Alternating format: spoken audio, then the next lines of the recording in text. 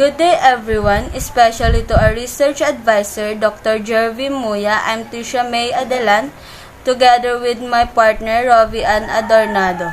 Our research title is Perceived Impact of Innovation Product Made of Cassava in General Nakar and Kalayaan, Laguna. Introduction. Cassava is one of the significant crop in the Philippines because of its uses to provide products. Cassava manihot esculenta is also known in the Philippines kamoting kahoy or balinghoy. The processing into food items such as cassava chips, cassava flour, cassava starch, and gari are the products mainly produced from cassava. The town of Calayan, Laguna is known as the source of cassava, which is still brought to various towns in the province. So a variety of products and delicious cuisines came from the cassava that earned the tag's freedom. The Cassava Festival is also celebrated in gratitude for the bountiful harvest. In general, Nakar, cassava is not a main crop, but many people do business from cassava that they make an innovation product. This study pursued to determine the impact of innovation products made of cassava in municipality of General Nakar and Kalayaan, Laguna. To know the impact between sellers and customer, therefore, the result of this study will know the impact between of that. This study is helped to give some strategy resolve the statement of the problems. Research framework. Input. Profile of the respondents according to name, age, location, occupation. Process. Data gatherings. Data collection of the respondents' profiles. Use survey questionnaires through face-to-face conducting, statistical analysis of data. Output, the result of the study, to determine the impact of innovation product made of cassava, whether it has a good effect, satisfaction, and customer are returning their products. Figure 1, Input Process Output Model. Statement of the problem. Statement of the problem's general objectives. Generally, this research proposal will determine the impact of innovation products made of cassava, whether it has a good effect, satisfaction, and customer are returning their products. Specific objectives. Number 1. What is the demographic profile of the respondents in terms of name, age, location, occupation? Number 2. What products made of cassava are available in General Nakar and Kalayaan, Laguna? Number 3. What is the preference with regards to products made of cassava in terms of taste, texture, packaging? Number 4. What are the impact of innovation products made of cassava in terms of seller, customer, market? Research design. The researcher will use descriptive method research to find out the impact of innovation product made of cassava in the General Nakar and Kalayaan, Laguna. This research study involves utilizing the survey questionnaire and analysis of data.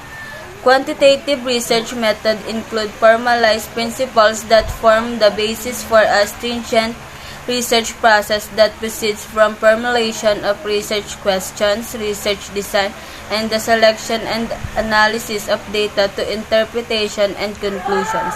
The data will be linked to specific variables and standardized methods are applied for data collection. The variables can thus be expressed in numerical form, and the data material can be described in the form of tables, graphs, or statistical measurements such as average, variance, and correlations, and analyzed with the aid of analysis of variance, factor analysis, or regression analysis. Continuation of methodology. Subject and sampling process. The respondents of the study are selected respondents in General Nakar, Quezon, and Calayan, Laguna. The researchers selected the respondents by using purposive random sampling method. According to Crossman, year 2020, a purposive sample is a non-probability sample that is selected based on characteristics of a population and the objective of the study.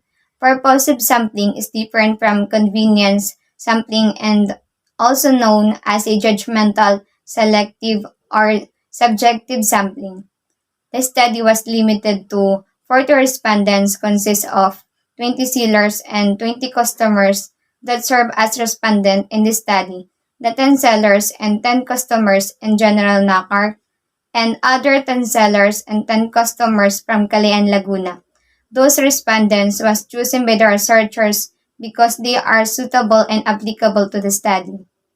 For the data gathering instrument, the researchers used face-to-face survey questionnaire was used as the main data gathering instrument. The instrument to be prepared focused on answering the statement of the problem. The questionnaires contain 35 questions. The questionnaires will be distributed to the respondents. The survey questionnaires were used to collect information from the respondents that could be used to determine the results based on the statement of the problem.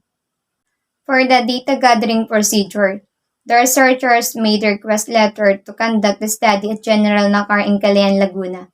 The study conducted for 1 week to the sellers and customers through face-to-face conducted. The researcher construct a questionnaire and explain the importance of the response to the research study. The questionnaire distributed to the respondents and explain the terms. The researcher collect the data of the respondents by means of survey questionnaire consists of name, age, location, and occupation. The questionnaire are consists of questions. What are the products made of cassava? The taste, the texture, and the packaging in the preferred of seller customer and in the market. It is an answer by rating 4 always, 3 sometimes, 2 seldom, 1 never. The researcher used the purposive sampling.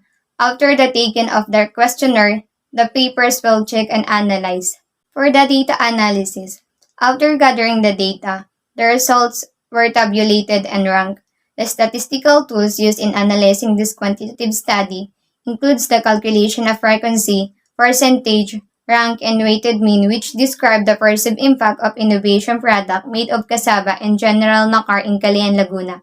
The weighted mean was calculated by multiplying the weight or probability related to a specific event or result with its associated quantitative outcome and then adding all the products together. This type of mean is effective in calculating a theoretical expected outcome in which each result has different probability of occurring, which is the feature that differentiate the weighted mean from the arithmetic mean by Peel's year 2018.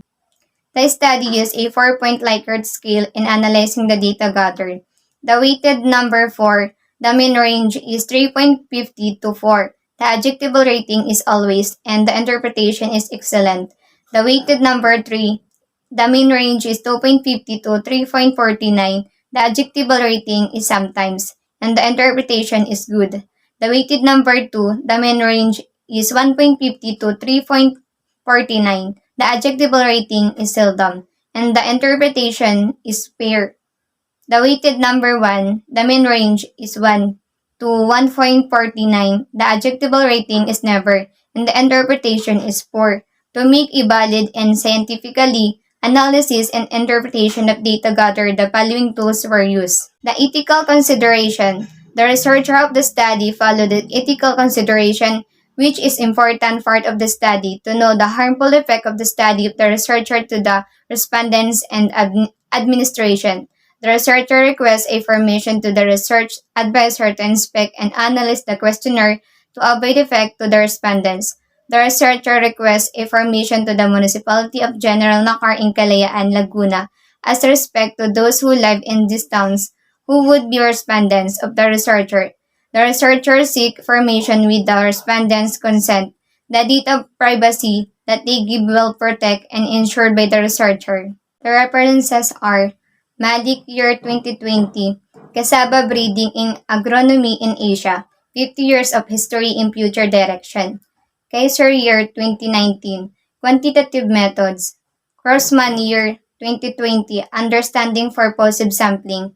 That's all, and thank you for listening. And to our instructor, Ma'am Jerby Armuya.